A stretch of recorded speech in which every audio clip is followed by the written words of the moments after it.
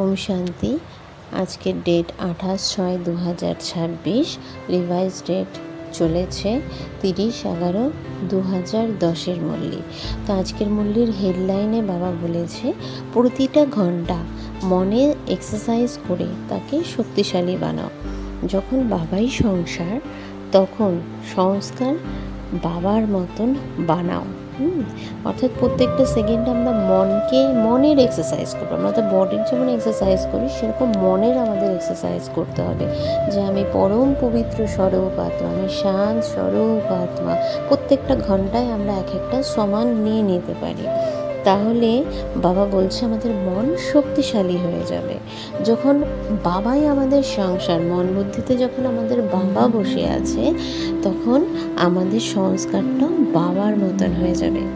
আজকের মুরলিতে বাবা বরদানে বলেছে যে ত্যাগ তপস্যার দ্বারা সেবাতে সফলতা প্রাপ্ত করে সকলের কল্যাণকারী ভব।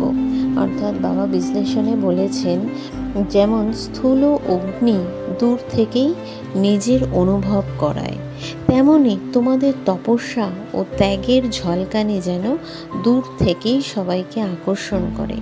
যদি সেবাধারী হওয়ার সাথে সাথে ত্যাগী তপস্বী মূর্ত হও, তবেই সেবার প্রত্যক্ষ ফল দেখা যাবে। ত্যাগী অর্থাৎ পুরনো সংকল্প বা সংস্কার দেখা যাবে না। তপস্বী অর্থাৎ বুদ্ধির স্মৃতি বা দৃষ্টি দ্বারা আত্মিক স্বরূপ ব্যতীত অন্য কিছুই দেখা যাবে না। যে সংকল্প উঠবে তার মধ্যে যেন সর্ব আত্মার কল্যাণ সমাহিত থাকে, তবেই বলা হবে সর্বকল্যাণকারী। অর্থাৎ যেরকম আত্মাই হোক না কেন, আমাকে তাকে ব্লেসিং দিতে হবে, তবেই আমি সর্বকল্যাণকারী হব। স্লোগান, আজকে স্লোগানে বাবা বলছে দেহবোধের ঊর্ধ্বে যাওয়ার জন্য চিত্র না দেখে চেতন এবং চরিত্রকে দেখো। ঠিক আছে, দেহবোধের ঊর্ধ্বে, অর্থাৎ এই বডির ফিলিংসের উপরে আমাদের যদি যেতে হয়, তাহলে কোনো চিত্রকে দেখো না। আমরা ব্যক্তি, বস্তু, বৈভব, এগুলো এক একটা ছবি আমাদের সামনে চলে আসে। তো এই চিত্রকে না দেখে চেতন এবং চরিত্রকে দেখো।